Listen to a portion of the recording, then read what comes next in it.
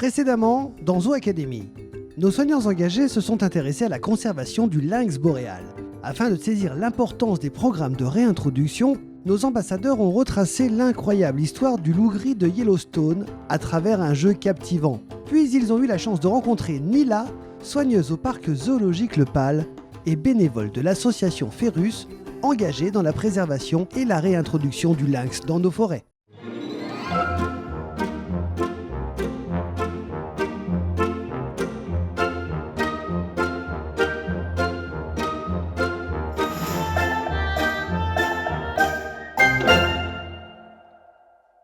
Salut tout le monde! Souvenez-vous, il y a quelques semaines, nos apprentis soigneurs découvraient l'éthologie, l'étude scientifique du comportement animal, en observant attentivement tous les faits et gestes des éléphants d'Asie du parc zoologique Le Pal. Aujourd'hui, nous passons à une toute nouvelle étape. Ce sont nos soigneurs engagés qui vont partir à la rencontre du groupe d'éléphants d'Asie, mais cette fois-ci, ils vont s'atteler à une mission d'enrichissement dans leur espace de vie. C'est une activité donc qui vise à stimuler leur bien-être et leur instinct naturel.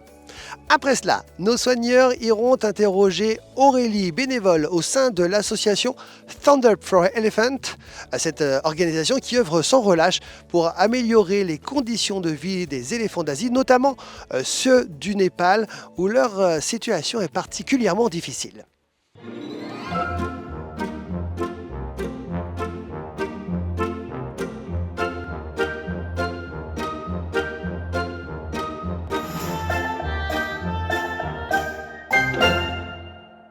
Donc aujourd'hui, on va découvrir une nouvelle asso que la Fondation Le Pal Nature aide pour la protection des espèces en milieu naturel.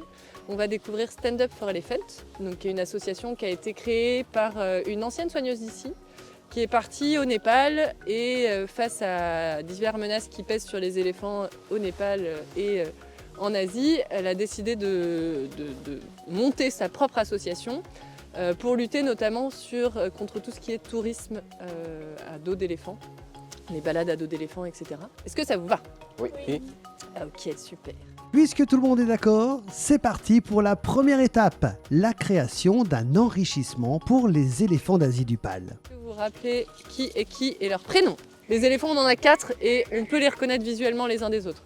Celle-ci, on la reconnaît parce qu'elle a un peu moins de rides et que si vous regardez ses pattes arrière sont un peu déformées au niveau des chevilles. Alors à votre avis, qui c'est? La mère, la grand-mère, la plus vieille ou Polly? La mère, donc la mère c'est Nina. Et pourquoi elle a les pattes déformées, vous vous rappelez?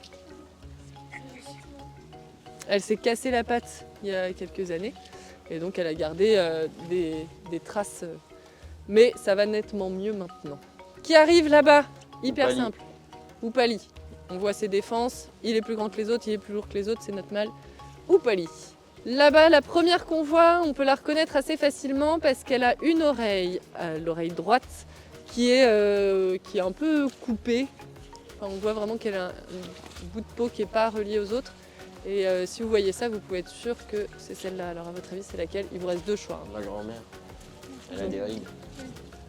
La grand-mère la plus vieille ou la grand-mère de la maman de Nina? Non, pas la plus vieille, l'autre. La plus vieille est derrière.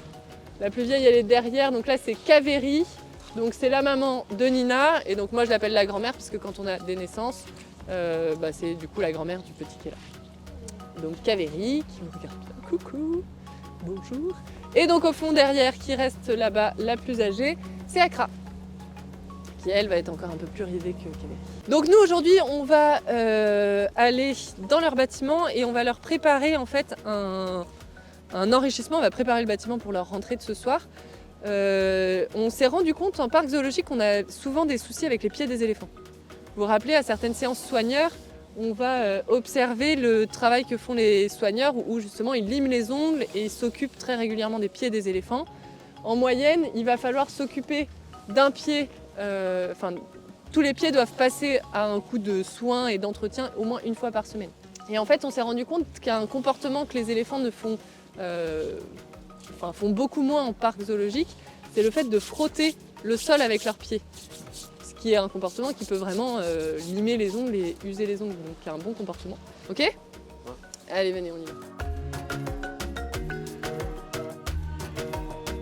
Donc vous avez vu, il y a, par rapport à d'habitude, il y a des trous qui sont faits dans le sol, un peu partout. En fait, on a pris une tarière, donc c'est un truc de chantier qui permet de faire des trous pour après mettre des poteaux en général. Et nous, notre objectif, ça va être de bloquer des trucs dans ces trous-là, soit uniquement des carottes. Et comme les carottes seront au fond, que le trou n'est pas assez grand pour qu'elles puissent attraper les carottes et les ressortir, mais il va falloir, en théorie, qu'elles grattent le sable pour pouvoir les récupérer. Soit mettre plein de branches type bambou, parce qu'en fait, comme le trou est profond, si on les serre bien, ça va être plus difficile pour elles de les ressortir, et donc elles vont passer plus de temps sur leur comportement alimentaire. Comme un éléphant en milieu naturel, ça va passer une vingtaine d'heures par jour à chercher son alimentation. Bah nous, on va essayer que ça prenne la majorité de leur temps aussi ici. Allez, et ben on va aller chercher les carottes et les branches. Par contre, dans un trou où il y a des carottes, vous ne mettez pas des branches par-dessus, parce que quand elles sortent les branches, elles font effondrer le sable dessus.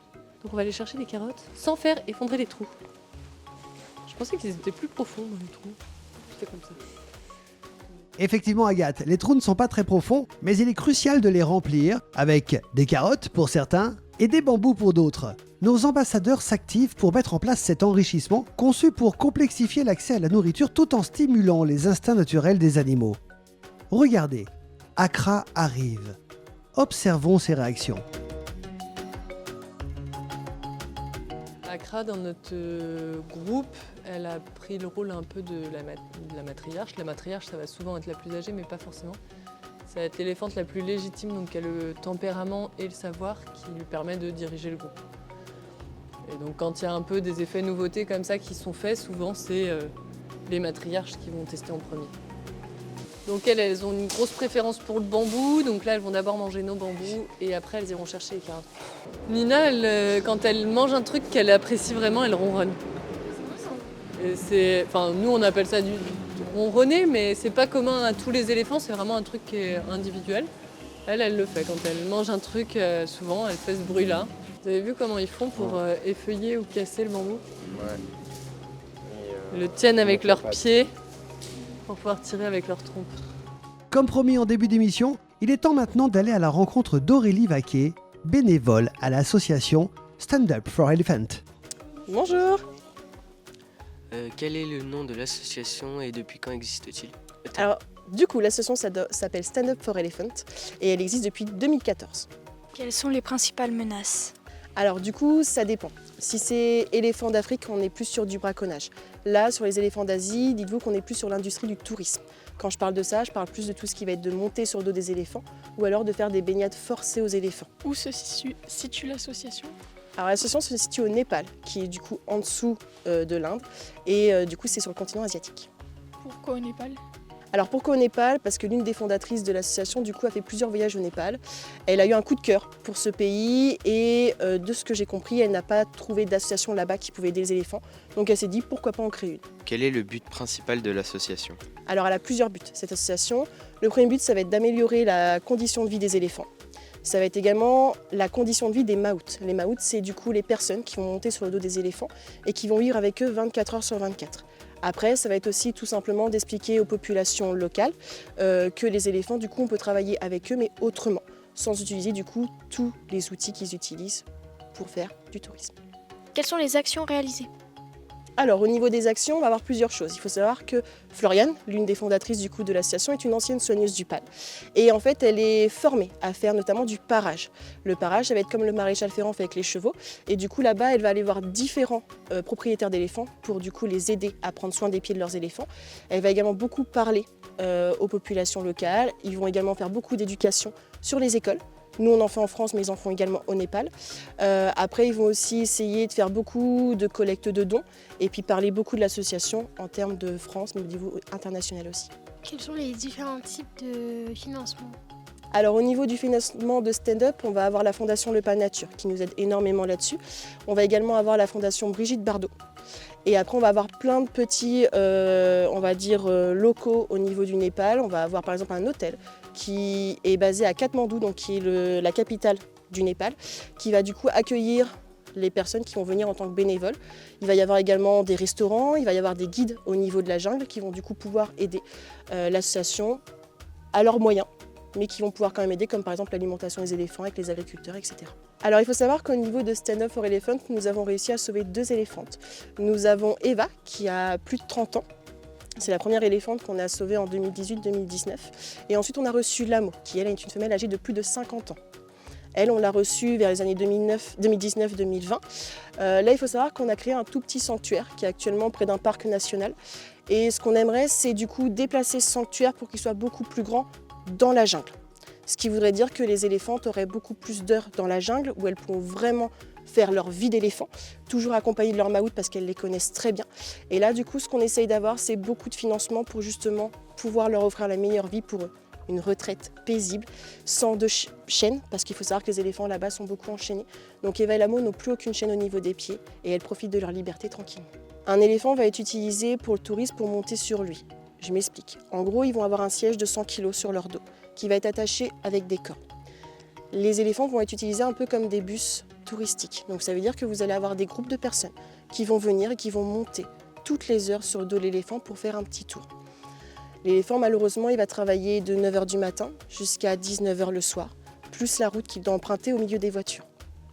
Donc tout ça fait que quand le soir il rentre, il est directement enchaîné. Pour que cela arrive, il faut savoir que l'éléphanto, quand il est tout petit, il va devoir, et c'est très dur à dire, il va devoir être brisé.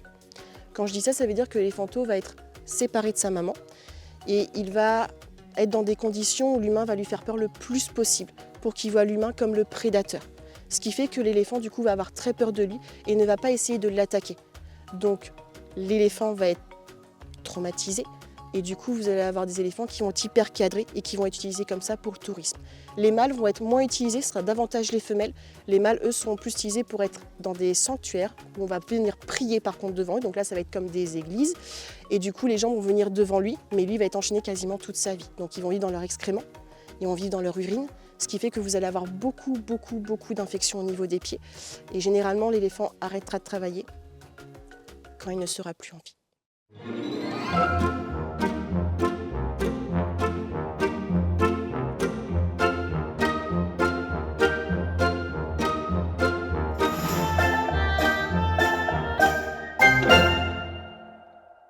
Vous aussi, vous êtes intéressé par l'association Stand Up for Elephants, eh bien regardez, le site internet s'affiche en bas de votre écran. Vous aurez évidemment, en tapotant ces 3 W, eh bien l'intégralité des informations qui pourraient vous servir. Vous avez passé un agréable moment, nous aussi, et on revient très vite. Vous souhaitez en savoir plus, moi aussi, et je vous annonce que je vous offre là tout de suite les premières images. Salut! Dans le prochain épisode, les soigneurs en herbe partiront à la rencontre des carnivores. Pour cette aventure, ils se concentreront sur 2 espèces fascinantes, les panthères nébuleuses et les lions. À très vite dans Zoo Academy.